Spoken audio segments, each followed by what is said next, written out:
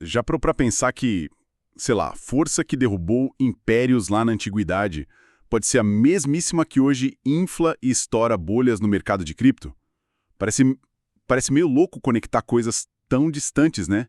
Mas existe um fio invisível, uma corrente poderosa que atravessa séculos de história humana. Hum, Uma força capaz de financiar catedrais, lançar foguetes e, assim, na mesma medida, evaporar fortunas e desestabilizar nações inteiras, tipo, da noite pro dia. é uma força que muita gente sente, né? Mas poucos entendem de verdade. Não é mágica, não. Embora às vezes a capacidade dela de criar e destruir pareça quase sobrenatural. A gente está falando do dinheiro. Sim, mas principalmente, olha só, das complexas teias financeiras que nós tecemos ao redor dele. Uma invenção humana. Totalmente humana, que funciona como um espelho, assim, amplificado das nossas maiores qualidades, criatividade, cooperação, e também dos nossos piores defeitos, a ganância, o medo, sabe? Aquela tendência ao excesso. E é nessa correnteza profunda e, vamos combinar, muitas vezes traiçoeira, que a gente vai navegar hoje. A proposta não é fazer uma retrospectiva histórica convencional, sabe? Aquela coisa com cheiro de livro didático. A gente quer desvendar o DNA do sistema financeiro. Entendeu por quê, né? Isso. Entender por que ele funciona e falha. Espetacularmente, às vezes, do jeito que funciona. É quase como, sei lá, decifrar o código-fonte da economia moderna. Exato. A chave é perceber que finanças são muito mais do que gráficos e planilhas. São, na verdade, um dos motores fundamentais da civilização. Uma ferramenta tão revolucionária quanto, sei lá, a linguagem ou a agricultura. Uau! E compreender a reação disso, as engrenagens e principalmente as armadilhas recorrentes é essencial para quem quer não só sobreviver, mas prosperar no mundo de hoje. Então, a nossa missão aqui é destilar a essência dessa longa e tumultuada história. Buscar os padrões que se repetem, sabe? As lições que ecoam através dos séculos e que continuam moldando os mercados, as políticas econômicas e, no fim das contas, as nossas próprias vidas financeiras. Que a gente perceba ou não. Achar a lógica na loucura, né? Exato. Achar a lógica por trás da aparente loucura dos mercados. Tudo começa, claro, com a necessidade mais básica de qualquer sociedade. Trocar coisas, bens e serviços. O escambo. No início, era o escambo puro e simples. Troco minhas galinhas pelo seu milho. Funciona. Funciona, mas é incrivelmente limitado. Pensa na dificuldade. Você precisa achar alguém que queira exatamente o que você tem, na quantidade certa, e que, ao mesmo tempo, tenha exatamente o que você precisa. Um pesadelo logístico. E aí vem a primeira grande sacada da humanidade nesse campo, criar um intermediário. Algo aceito por todos. Podia ser sal, conchas, grãos ou, eventualmente, metais preciosos. O dinheiro surge como essa tecnologia social genial, né? Que lubrifica as engrenagens do comércio, permite a especialização, o crescimento. Mas isso foi só o começo, né? Só a faísca inicial. A verdadeira explosão financeira veio com a ideia seguinte, muito mais abstrata e poderosa. A noção de que o dinheiro por si só poderia gerar mais dinheiro. O crédito. O crédito e seu parceiro inseparável, o juro. E com eles surge uma nova figura no tabuleiro da história, muitas vezes assim, envolta em mistério e poder. O banqueiro. Ah, os banqueiros. Exatamente. Pensa lá na Florença renascentista, famílias como os Médici. Eles não eram só comerciantes ricos, eles dominaram a arte de transformar dinheiro em mais dinheiro, através de empréstimos, do câmbio, e usarem essa habilidade para acumular um poder político e cultural, assim, imenso. Financiaram papas, reis, artistas, moldaram uma era inteira. E fizeram isso desafiando as normas da época, certo? Porque emprestar dinheiro a juros, a tal da usura, era visto como pecado, né? Condenado pela igreja por muito tempo. Precisamente. Havia uma tensão moral, religiosa enorme, mas a necessidade econômica e, claro, o potencial de lucro falaram mais alto. Lentamente. A cobrança de juros foi sendo aceita, foi sendo regulamentada e se tornou a pedra fundamental do sistema de crédito. E esse sistema? Esse sistema, por sua vez, virou o combustível essencial para quase todo grande empreendimento humano. Das grandes navegações que descobriram novos mundos, à construção de infraestrutura, ao financiamento de guerras, à expansão industrial. A capacidade de adiantar recursos, sabe, de apostar no futuro através do empréstimo, mudou radicalmente o ritmo e a escala do progresso. Isso nos leva direto para uma conexão bem prática com hoje, né? Entender essa lógica por trás dos juros, do crédito, é crucial para sacar como os banqueiros dos banqueiros modernos, os bancos centrais. O BC aqui, o Fed lá fora. Isso. Como o Banco Central do Brasil, com o Copom, ou o Federal Reserve nos Estados Unidos. Como eles operam? Eles basicamente controlam o preço do dinheiro na economia, a taxa básica de juros, a Selic aqui, por exemplo. E essa taxa não é só um número abstrato no jornal, né? É como a torneira que regula o fluxo de crédito para toda a economia. Juros sobem, crédito fica mais caro, investimento diminui, a economia tende a desacelerar. E quando caem, o contrário. O oposto acontece. Essas decisões têm impacto direto no câmbio, na bolsa, no custo do financiamento da casa própria, em tudo. Para quem investe ou opera no mercado, ignorar a política monetária é como, sei lá, velejar ignorando completamente a previsão do tempo e a direção do vento. É quase um convite ao desastre. Mas essa ferramenta poderosa, o crédito que financia o progresso, ela parece ter um lado B bem perigoso, não é? A história está cheia de momentos em que essa ferramenta saiu completamente do controle. Sem dúvida alguma. O crédito é como fogo. Útil, poderoso, mas extremamente perigoso quando se alastra sem controle. A história financeira é, em muitos aspectos, uma crônica de euforia e pânico. De bolhas especulativas que inflamam, alimentadas por crédito fácil, otimismo exagerado. Até que estouram. Até que, inevitavelmente, estouram, deixando um rastro de destruição. Os exemplos são quase folclóricos, né? A mania das tulipas, na Holanda, século XVII. Bulbos de flores valendo mais que casas. Ou a bolha da Companhia dos Mares do Sul na Inglaterra, logo depois, levou à ruína investidores de todas as classes, até gente como Isaac Newton, dizem. Exato. Esses eventos são fascinantes porque expõem a psicologia das multidões de forma crua. Revelam como a ganância, o medo de ficar de fora, o famoso FOMO, né? Fear of Missing Out, e a confiança cega em narrativas otimistas podem levar a avaliações de ativos completamente desconectadas da realidade. E a dívida aí no meio? A dívida, nesse contexto, atua como um acelerador. Permite que as pessoas apostem mais do que têm, inflando ainda mais a bolha.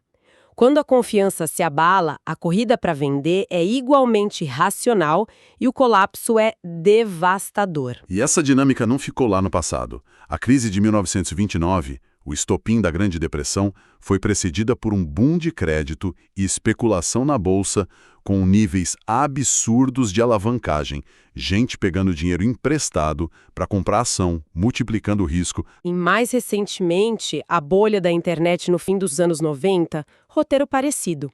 Euforia com a nova economia, valuations estratosféricos para empresas sem lucro e depois um colapso doloroso. Até o caso GameStop em 2021, né? Embora diferente, com internet, redes sociais. Sim, com características próprias, mas exibiu elementos dessa mesma psicologia de manada. Uma combinação de euforia, talvez um ressentimento contra o establishment financeiro e a dinâmica viral criando movimentos de preço explosivos, né? Totalmente desconectados dos fundamentos da empresa. Mostra que a natureza humana por trás dos mercados muda muito pouco, mesmo que as ferramentas e o cenário mudem. O que reforça uma lição prática fundamental, né? Especialmente para quem se aventura nos mercados. A importância vital da análise crítica e da gestão de risco. Desconfiar do hype, do consenso fácil, daquela história de dessa vez é diferente. Ah, essa frase é perigosa. Muito. E, principalmente, ter extremo cuidado com a alavancagem. Usar dinheiro emprestado para investir pode amplificar ganhos de forma espetacular, sim, mas amplifica perdas na mesma proporção. Pode levar à ruína muito rápido.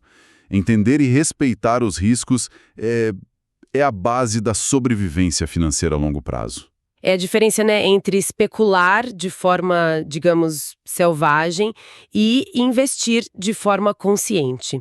Mas é importante dizer também, a história financeira não é só um desfile de desastres, né? Ela também é marcada por inovações brilhantes que transformaram o mundo para melhor. Como a ideia de dividir a propriedade de grandes empreendimentos em pequenas partes que podem ser compradas e vendidas. As ações. Exatamente isso. A invenção da sociedade anônima, ou companhia de capital aberto, foi uma revolução silenciosa, mas de impacto, assim, imenso. Antes disso, grandes projetos, construir uma ferrovia transcontinental, financiar uma expedição comercial para o outro lado do mundo, dependiam da fortuna de um rei, de um nobre, de um banqueiro muito rico. Era um gargalo enorme. E a sociedade anônima quebrou esse gargalo. Em grande parte, sim.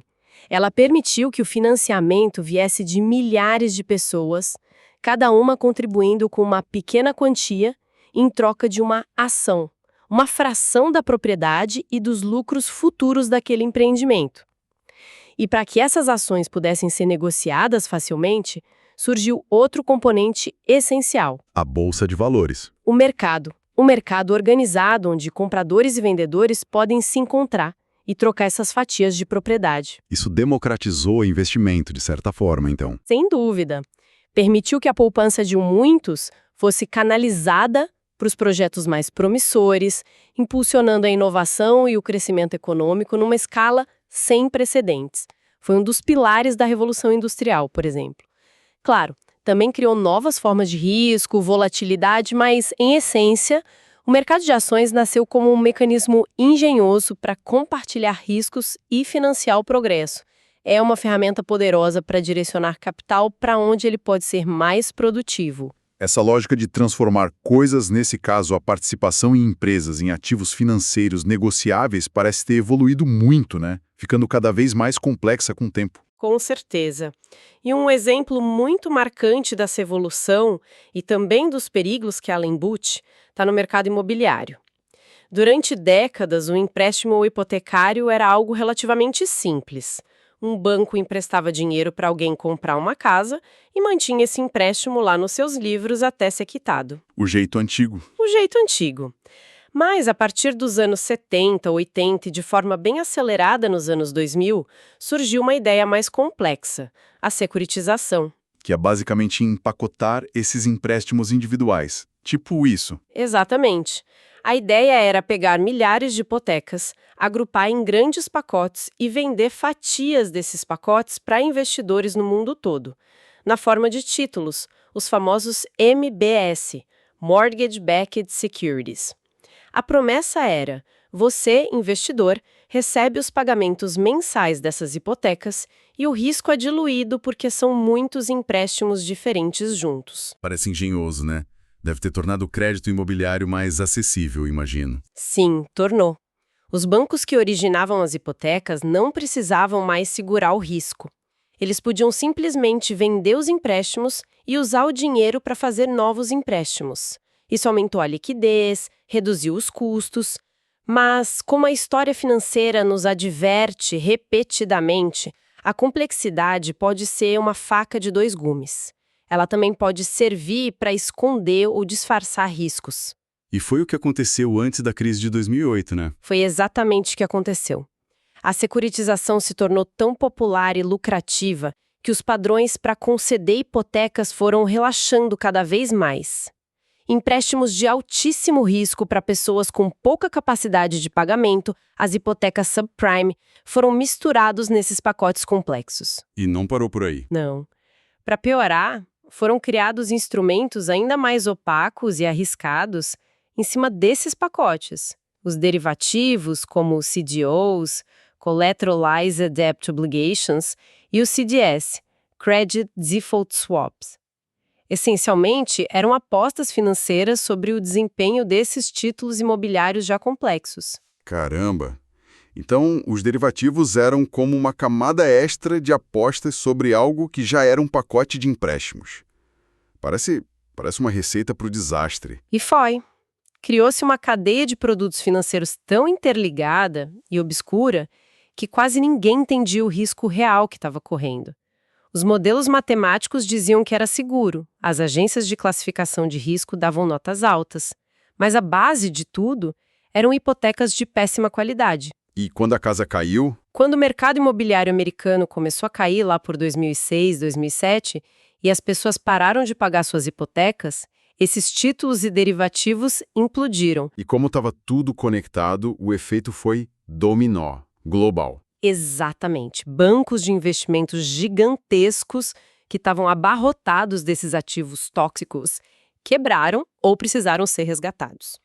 O crédito congelou no mundo inteiro. A confiança evaporou. E o resultado foi a pior crise financeira global desde a Grande Depressão. Milhões de pessoas perdendo empregos, casas. A lição aqui parece brutalmente clara. A complexidade financeira, por si só, não elimina o risco. Muitas vezes só esconde ou transfere de formas que ninguém percebe até ser tarde demais. É fundamental tentar entender o que está por baixo do capô de qualquer investimento, né? Qual é o ativo real, qual a fonte do retorno e, claro, quais são os riscos. E nunca, jamais, ignorar o cenário macroeconômico. Exato. Perfeito. Porque hoje, mais do que nunca, a gente vive num sistema financeiro globalizado e hiperconectado. O dinheiro, as informações, os riscos, tudo flui eletronicamente pelo planeta em frações de segundo. O que trouxe benefícios inegáveis, imagino, uma eficiência, uma capacidade de alocar capital globalmente que era impensável algumas décadas atrás. Sim, sem dúvida. A globalização financeira financiou o desenvolvimento em muitos países, aumentou o comércio, criou oportunidades. Mas essa mesma interconexão eletrônica que permite que o capital flua tão rapidamente também significa que as crises podem se espalhar com a mesma velocidade, ou até mais rápido.